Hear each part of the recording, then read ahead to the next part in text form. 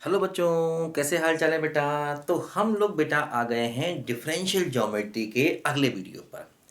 और इस वीडियो में बेटा हम लोग सरफेस पे टेंजेंट प्लेन का इक्वेशन कैसे निकाला जाए ये सीखेंगे। देखो बच्चों, डिफरेंशियल ज्योमेट्री के बहुत सारे वीडियो मैं अपलोड कर चुका हूँ। कहाँ मिलेंगे? आप मेरे चैनल पर जाइए, वहाँ पर आपको प्लेलिस्ट दिखाई देगा।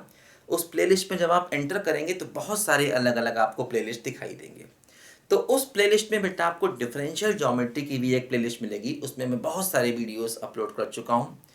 कर्व इन स्पेस मैंने पढ़ाया था, वो टॉपिक को कंप्लीट कर चुका हूँ। अब हम लोग सरफेस का कॉन्सेप्ट यहाँ पर पढ़ रहे हैं। तो ये सेकेंड टॉपिक चल रहा है, कॉन्सेप्ट ऑफ सरफेस। तो बच्चों, इस सरफेस में हमको टेंजेंट प्लेन की इक्वेशन कैसे निकाली जाए ये सीखना है। देखो ध्यान दो, जैसे मैंने बताया था आपको कि मान लीजिए ये हमारा कोई सरफेस है ना, और इस सरफेस पर हमें एक प्लेन बनाना है। किसी पॉइंट पर एक प्लेन बनाना है, तो इस प्लेन को हम कहेंगे टेंजेंट प्लेन। और इसी टेंजेंट प्लेन का इक्वेशन हमें किसी पर्टिकुलर पॉइंट पर निकालना होगा, है ना। तो टेंजेंट प्लेन का मतलब एक प्लेन जो हमने सरफेस को टच करते हुए बनाया है। जैसे मान लीजिए ये सरफेस है, तो इसको टच करते हुए बेटा हमने प्लेन बना दिया। इसी को हम लोग कहते हैं टेंजेंट प्लेन। तो आज बच्चों हमें इस टेंजेंट प्लेन की इक्वेशन को निकालना सीखना है। तो हमारा कॉन्सेप्ट है to find equation of tangent plane, tangent plane to surface. और ध्यान रखना, टेंजेंट प्लेन के साथ साथ हम नॉर्मल लाइन की भी इक्वेशन निकाल सकते हैं, है ना। जैसे क्या बताया मैंने आपको कि जैसे मान लीजिए ये हमारा प्लेन है टेंजेंट प्लेन, और ये लाइन जो हमारे इस प्लेन के परपेंडिकुलर है ये हो जाएगी नॉर्मल लाइन, है ना। ये सरफेस है और ये मेरी हथेली जो है ये बेटा प्लेन है, ये टेंजेंट प्लेन हो गया। और ये जो देखो मेरा पेन है ये मेरी हथेली के भी परपेंडिकुलर है, मतलब टेंजेंट प्लेन के भी परपेंडिकुलर है। तो इसको हम कहते हैं नॉर्मल लाइन किसी पर्टिकुलर पॉइंट पर। तो हम टेंजेंट प्लेन का भी इक्वेशन निकाल सकते हैं और इस नॉर्मल लाइन का भी बच्चों हम लोग इक्वेशन निकाल सकते हैं किसी पर्टिकुलर पॉइंट पर। कैसे निकालते हैं देखो, वही हमको यहाँ पर बेटा सीखना है। देखो मान लीजिए हमें जो f दिया गया है वो कुछ in terms of x y z दिया गया है, in terms of x y z. तो ये मतलब हमारे प्लेन की इक्वेशन होती है। मैंने बताया था प्लेन की इक्वेशन को हम in terms of x y z लिख सकते हैं। तो उसको मैंने f मान लिया। f क्या है? हमारा प्लेन का इक्वेशन, कुछ भी हो सकता है। जैसे कि मान लो f की वैल्यू ये है x plus y minus z square plus x y. तो ये प्लेन का इक्वेशन हो गया, है ना। f की वैल्यू ये जैसे कि मान लो ऐसे करके दिया है x y z minus x square या equal to x square y दिया गया। ये मान लो हमें दिया गया, तो इसको हम f मान लें, इसको एक तरफ ले आए तो ये क्या हो जाएगा x y z minus x square y. तो देखो हमारा प्लेन का इक्वेशन हो गया, तो मतलब सॉरी सरफेस का इक्वेशन हो गया।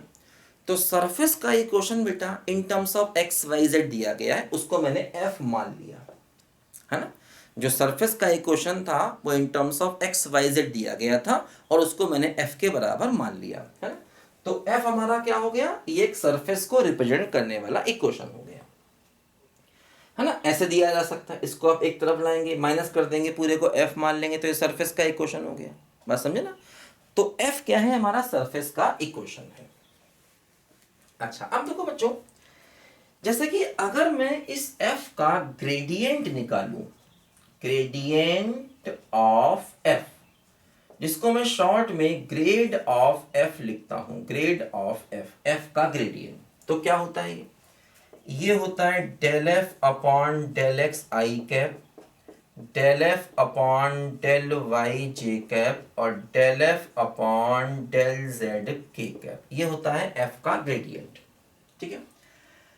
अच्छा अब बेटा एक बात जरा समझो, मतलब ये एक टाइप का वेक्टर है।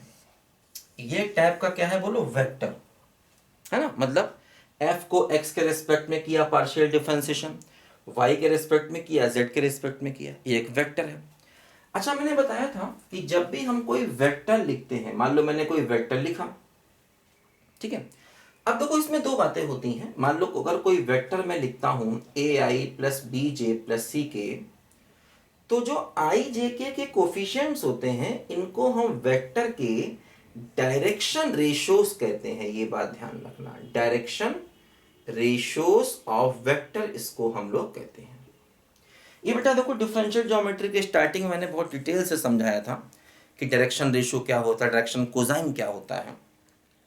और भी अगर आपको डिटेल से समझना है तो क्लास 12th में मैंने आईआईटी के लिए एक प्लेलिस्ट बनाई हुई है, ठीक है, 3 डायमेंशन की, 3 dimensional for class 12th and IIT. ये मेरी एक प्लेलिस्ट है। क्या है बोलो, वेक्टर की प्लेलिस्ट अलग है, 3D की अलग है।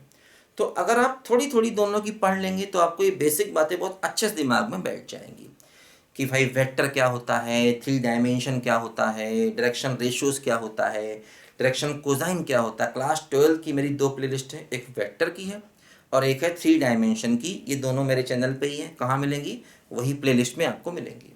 वैसे थोड़ा बहुत मैं समझा दूंगा ज़रूरत पड़ने पर, लेकिन बहुत डिटेल से पढ़ना है तो वहाँ जाके पढ़ना होगा, क्योंकि अगर वो सब मैं यहाँ पढ़ाने बैठ जाऊँगा तो जो अपने काम की चीज़ें हैं वो फिर रह जाएंगी, क्योंकि उसी में मुझे 8-10 दिन लग जाएंगे, ठीक है ना। तो वो आप वहाँ पर प्लेलिस्ट अपलोडेड है, आप पढ़ लीजिए, शुरू शुरू के वीडियो पढ़ लीजिए तो आपको सब समझ में आएगा। पूरा मत पढ़िए, स्टार्टिंग के पढ़ लीजिए, स्टार्टिंग के सब कुछ लिखा हुआ है किस वीडियो में क्या क्या है, साइड में आप पढ़ के देख लीजिए, सब कुछ आपको अच्छे से समझ में आएगा। हमेशा के लिए आपकी ये दिक्कतें दूर हो जाएंगी, ठीक है ना। देखो ध्यान दो। अच्छा अब देखो बच्चों, ये जो हमारा ग्रेडियंट एफ होता है ये नॉर्मल होता है टेंजेंट प्लेन के, नॉर्मल टू टेंजेंट प्लेन होता है, ये बात ध्यान रखो। जो हमारा ये ग्रेडियंट ऑफ एफ होता है ये हमारे टेंजेंट प्लेन के नॉर्मल होता है, ठीक है, ये बात ध्यान दो। ये होता है टेंजेंट प्लेन के नॉर्मल, और नॉर्मल किस, टेंजेंट प्लेन किस पॉइंट पर लिया गया है, पी। पी क्या है, स्मॉल एक्स वाई जेड। ये जो स्मॉल एक्स वाई जेड है ये कोई गिवन पॉइंट होगा, उस पॉइंट पर बच्चों हमने ग्रेडियंट निकाला तो ये उस पॉइंट पर जो टेंजेंट प्लेन है उसका नॉर्मल हो गया, है ना, टेंजेंट प्लेन का नॉर्मल हो गया, है ना। एक बात और समझो, ये जो आई जे के कोफिशिएंट हुए ना, ये क्या हो गए, देखो ये हो गए डायरेक्शन रेशो किसके, नॉर्मल के। कौन सा नॉर्मल, जो टेंजेंट प्लेन के नॉर्मल है, क्योंकि ग्रेडियंट एफ क्या है, टेंजेंट प्लेन के नॉर्मल है। तो ये जो टर्म हो गया क्या, del f upon del x, del f upon del y और del f upon del z, ये क्या हो गए, ये हो गए direction ratio of normal to tangent plane, ठीक है। ये जो हमारा टेंजेंट प्लेन है, टेंजेंट प्लेन के नॉर्मल के ये क्या हो गए, डायरेक्शन रेशियोज हो गए। ये बात जरा यहां पर समझिए, ठीक है, टेंजेंट प्लेन के नॉर्मल के ये डायरेक्शन रेशियोज हो गए, ठीक है। अच्छा अब देखो क्या होता है बच्चों, जैसे कि किसी भी प्लेन की इक्वेशन, इक्वेशन ऑफ प्लेन जब हम निकालते हैं 3D में, तो इक्वेशन ऑफ प्लेन बच्चों ये होता है, ए ब्रैकेट में x minus x one, b bracket में y minus y one, c bracket में z माइनस जेड वन बराबर 0। ये हमारा बच्चों इक्वेशन ऑफ प्लेन होता है 3 डायमेंशन में। तो जब हम लोग ऑस्कुलेटिंग प्लेन, रेक्टिफाइंग प्लेन निकाल रहे थे तो वहां पर भी मैंने आपको ये समझाया था, है ना, कि ये 3D में प्लेन का इक्वेशन होता है। इसमें जो एबीसी होते हैं, एबीसी होते हैं, ये क्या होते हैं, ये होते हैं direction ratio of normal to plane. ये बात समझिए, ठीक है। जो एबीसी यहां दिख रहे हैं आपको, ये होते हैं प्लेन के नॉर्मल के डायरेक्शन रेशियो, है ना। और x1 y1 z1 वो पॉइंट होता है, ये गिवन पॉइंट होता है जहां पर हमें प्लेन को बनाना है। ये क्या है, गिवन पॉइंट है, गिवन पॉइंट जहां पर हमें प्लेन को निकालना है। और जो एक्स वाई जेड होता है ये हमारा जनरल पॉइंट होता है, ठीक है। एक्स वाई जेड क्या होता है, जनरल पॉइंट होता है। x1 y1 z1 क्या होता है, गिवन पॉइंट होता है जहां पर हमने प्लेन को बनाया है। और एबीसी क्या होते हैं, प्लेन के नॉर्मल के डायरेक्शन रेशियो। तो देखो जैसे हमें टेंजेंट प्लेन निकालना है तो टेंजेंट प्लेन के नॉर्मल के डायरेक्शन रेशियो हमको मालूम है, तो ये वही एबीसी का काम करेगा, है ना। तो अब देखो अगर हम टेंजेंट प्लेन को निकालना चाहते हैं तो क्या हुआ, कि मान लो हमें गिवन पॉइंट ये है, मान लो गिवन पॉइंट P है एक्स वाई जेड, जिस पर हम टेंजेंट प्लेन निकालना चाहते हैं, और कैपिटल एक्स वाई जेड ये हमारा कोई जनरल पॉइंट है, ठीक है।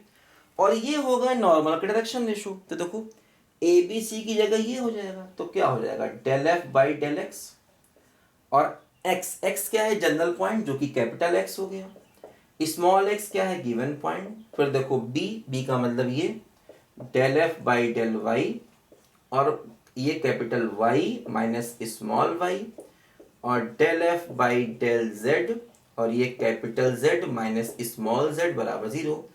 ये बच्चों हमारा हो जाएगा प्लेन का इक्वेशन कार्टेशियन फॉर्म में, है ना।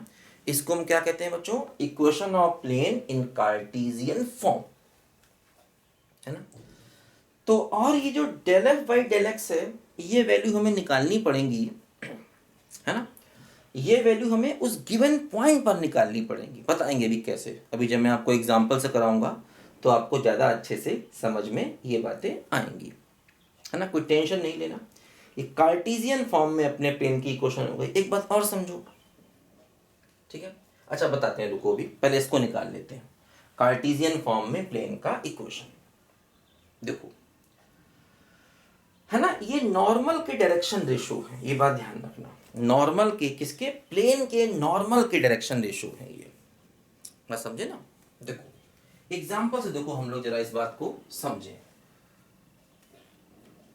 देखो क्या होता है,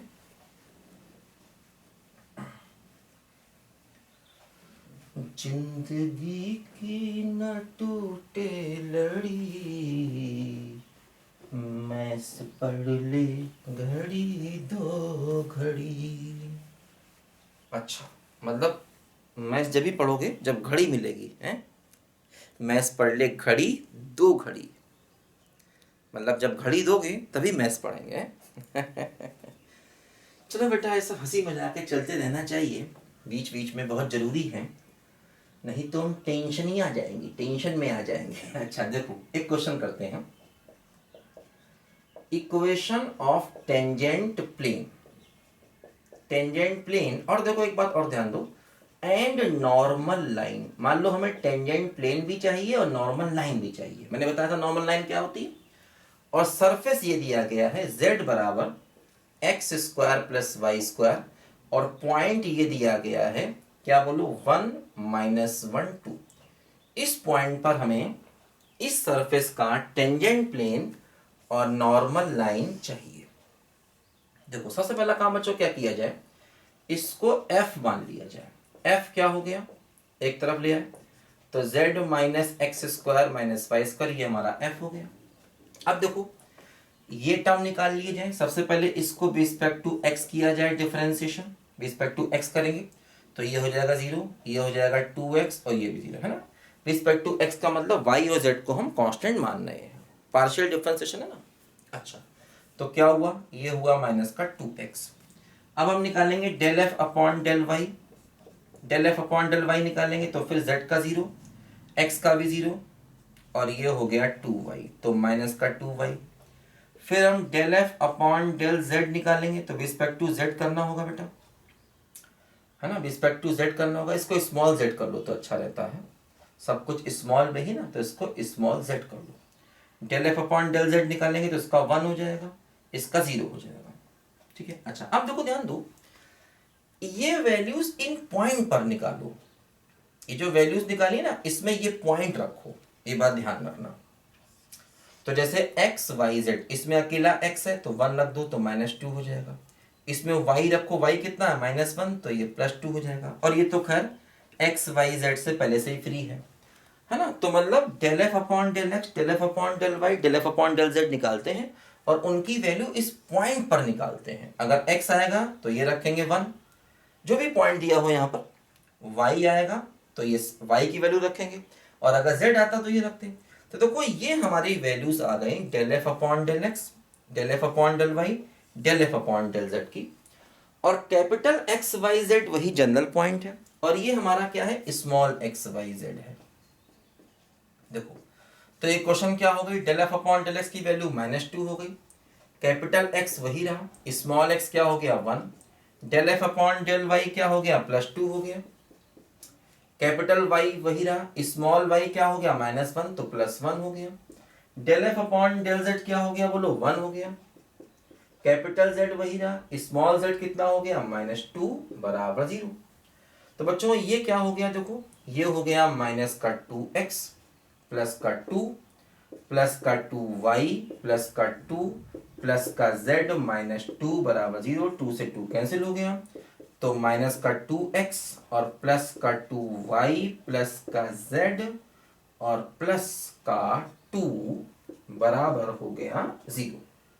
ठीक है, ऐसे बच्चों यहां पर देखो ये हमारा इक्वेशन आ गया, ये 2 है ना, कई बार 2 और z एक जैसे लगने लगते हैं, इसलिए ये 2 है और ये z है ना, ये भी 2 है और ये भी 2 है। ठीक है, 2 और z एक जैसे लगने लगते हैं, थोड़ा सा डिफरेंस करना जरूरी है। तो बच्चों देखो यहां पर ये हमारा आ गया है टेंजेंट प्लेन का इक्वेशन। ठीक है, टेंजेंट प्लेन का बच्चों ये हमारे इक्वेशन आ गया। ठीक है, अच्छा अब देखो बच्चों एक बात और ध्यान दो, जैसे इसी टेंजेंट प्लेन को हम वेक्टर फॉर्म में भी लिख सकते हैं। दो कैसे, देखो एक काम करो, एक वेक्टर बना लो r, r का मतलब ये xi plus y j plus z के। अब सोचो अगर मैं r का डॉट इस वेक्टर से लूं -2i है ना, और प्लस का 2j प्लस का k और +2 बराबर 0। समझो, देखो ध्यान दो, ये है ना, देखो ऐसे r वेक्टर ये मान लिया, तो r का डॉट अगर मैं इससे लेता हूं, देखो यही मिलेगा ना, माइनस, देखो डॉट प्रोडक्ट में क्या होता है, i का i से मल्टीप्लाई होगा -2x, j का कोफिशिएंट j से मल्टीप्लाई होगा 2y, और ये होगा प्लस का z +2 constant as it is है ना। तो अगर मैं r को ये मान लूं तो इसी क्वेश्चन को मैं ऐसे भी लिख सकता हूं, r क्या है एक्स वाई जेड, मतलब जनरल पॉइंट का पोजीशन वेक्टर, क्योंकि अगर मैं एक्स वाई जेड में आई जे के से मल्टीप्लाई कर दूंगा तो ये बन जाएगा उसी जनरल पॉइंट का पोजीशन वेक्टर है ना। तो r का मतलब ये हो गया, तो अगर मैं r को इस वेक्टर से मल्टीप्लाई करता हूं -2i कैप प्लस का 2j कैप प्लस का k, तो ये हमें इसका मिल जाएगा क्या बोलो, वेक्टर इक्वेशन, किसका, प्लेन का। कौन सा प्लेन है, टेंजेंट प्लेन। तो ये कार्टेशियन से वेक्टर में लाना बहुत इजी होता है, हम ला सकते हैं आसानी से। ठीक है ना, बोलो आसान है काफी। अच्छा अब देखो बच्चों, इसी में अगर मैं नॉर्मल लाइन निकालूं देखो तो क्या होगा, देखो अब थोड़ा सा हम बात करते हैं नॉर्मल लाइन की। ये तो टेंजेंट प्लेन हो गया, देखो देखो ध्यान दो, इक्वेशन ऑफ लाइन क्या होता है 3D में, जरा इसको समझिए।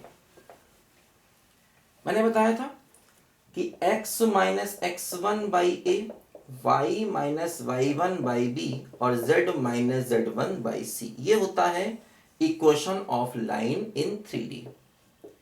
Equation of line in 3D ये होता है, जहां पर ए बी सी क्या होता है, ये होता है डायरेक्शन रेशियो ऑफ लाइन। ठीक है, x1 y1 z1 वही गिवन पॉइंट है और x y z वही जनरल पॉइंट है। तो देखो अब हमें जब नॉर्मल लाइन निकालनी है तो नॉर्मल लाइन, अब देखो ये जो डी आर आपने निकाले हैं ये क्या है, ये प्लेन के, टेंजेंट प्लेन के नॉर्मल के ही तो डी आर है, मतलब ये उसी नॉर्मल लाइन के ही तो डी आर हो गए, क्योंकि नॉर्मल लाइन क्या होती है, टेंजेंट के परपेंडिकुलर होती है, मैंने बताया था। तो ये जो आपके डी आर निकले हैं ये प्लेन के नॉर्मल के डी आर है, मतलब ये वही नॉर्मल लाइन के डी आर है। तो मतलब देखो ए बी सी का काम यही करेंगे, और x मतलब कैपिटल x, x1 मतलब गिवन पॉइंट 1, और a क्या हुआ, a देखो ये हुआ, बराबर y मतलब capital Y general point, y1 मतलब गिवन पॉइंट ये -1 तो +1 हो जाएगा, और b मतलब देखो डायरेक्शन रेशियो, ये क्या हो गया, ये हो गया 2। ठीक है, और z मतलब कैपिटल Z, z1 मतलब गिवन पॉइंट देखो ये -2 और अपॉन c कितना हो गया देखो 1। तो ये जो आपको दिख रहे हैं ये एक्चुअली वही नॉर्मल लाइन के dr ही है, क्योंकि ये नॉर्मल के dr है। नॉर्मल का मतलब वही नॉर्मल लाइन, जो प्लेन का, जो टेंजेंट प्लेन का नॉर्मल था उसके ये dr है, मतलब ये नॉर्मल लाइन के dr है। तो अगर आपको नॉर्मल लाइन की बच्चों इक्वेशन निकालनी है तो आप इस मेथड से नॉर्मल लाइन की इक्वेशन को निकाल सकते हैं। मतलब ए बी सी की जगह ये टर्म आ जाएंगे, del f upon del x, del f upon del y, del f upon del z, है ना। x1 y1 z1 वो गिवन पॉइंट होगा और x y z की जगह आप जनरल पॉइंट मान लेंगे। अच्छा अब देखो, मैंने बताया था कि जैसे कोई भी इक्वेशन अगर आप ये देखो कार्टेशियन फॉर्म में है, जो भी चीज x y z में होती है उसको हम कहते हैं कार्टेशियन फॉर्म, ठीक है। तो ये equation normal line Cartesian form है, इसको हम वेक्टर फॉर्म में ला सकते हैं। मैंने बताया था कार्टेशियन और वेक्टर का रिलेशन देखो, जैसे कि मान लो ये है अपना, समझो इस इक्वेशन को ऐसे भी लिख सकते हैं, r बराबर a plus lambda into b. देखो r का मतलब होगा वही अपना जनरल पॉइंट, मतलब x i plus y j plus z k, ठीक है।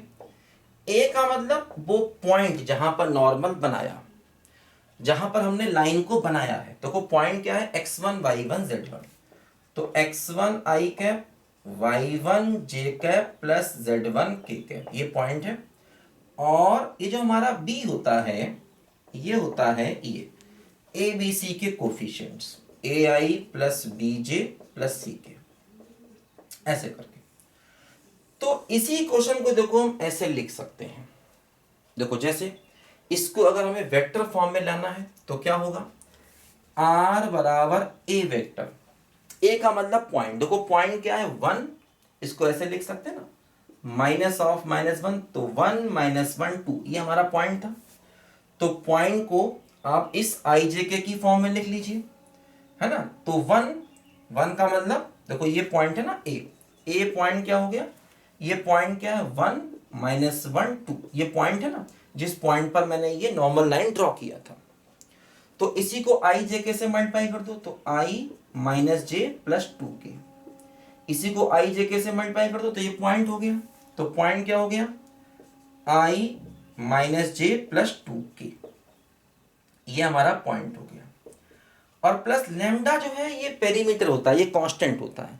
आप इसकी जगह लैम्डा माने, म्यू माने, एम माने, एन माने, कुछ भी मान सकते हैं। और देखो बी वेक्टर, बी वेक्टर का मतलब ये देखो जो एबीसी से बना है, एबीसी क्या है, ये डायरेक्शन रेशियो से जो बना है, डायरेक्शन रेशियो से जो बना है वो बी वेक्टर होता है।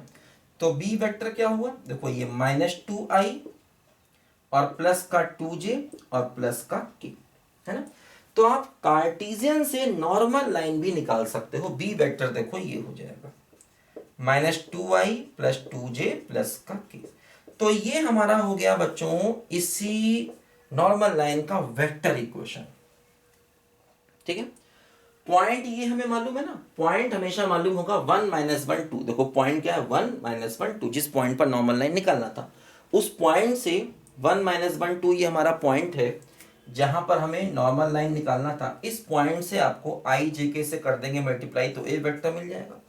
और देखो ये हमारे डी आर हो गए -2 1 1 -2 2 1, ठीक है। तो -2 और 2 1 ये हमारे हो गए डी आर। तो इसको हमने आई जे के से कर दिया मल्टीप्लाई तो ये हमें बी वेक्टर मिल गया, है ना। तो बी वेक्टर यहां लिखते हैं। ये क्वेश्चन क्या है बोलो, ये क्वेश्चन किस फॉर्म की, देखो इस फॉर्म की, r बराबर a plus lambda b. r का मतलब जनरल पॉइंट, वो देखो ये है जनरल पॉइंट, देखो ये एक्स वाई जेड, इसी को मल्टीप्लाई कर देंगे आई जे के से तो जनरल पॉइंट का पोजीशन वेक्टर। a क्या हो गया, जिस पॉइंट पर निकालना है उसका पोजीशन वेक्टर। लैम्डा लैम्डा ही रहेगा, लैम्डा की जगह म्यू एम एन कुछ भी लिख सकते हैं। और ये बी क्या होता है, डायरेक्शन रेशियो से बनने वाला वेक्टर, ये ना डायरेक्शन रेशियो से बनने वाला वेक्टर, है ना। तो हम कार्टेशियन से अपनी लाइन को वेक्टर में भी ला सकते हैं, ये बात ध्यान दो, ठीक है। तो ये नॉर्मल लाइन का इक्वेशन निकालने के लिए भी हमको ये सब चीजें निकालनी पड़ेंगी, del f upon del x, del f upon del y, del f upon del z, क्योंकि इससे हमें नॉर्मल के डायरेक्शन रेशियोज मिल जाते हैं। लिखो जरा ध्यान से बच्चों इसको, ठीक है। इससे बच्चों उनको नॉर्मल लाइन के डायरेक्शन रेशियोज मिल जाते हैं, ये बात ध्यान दो, है ना।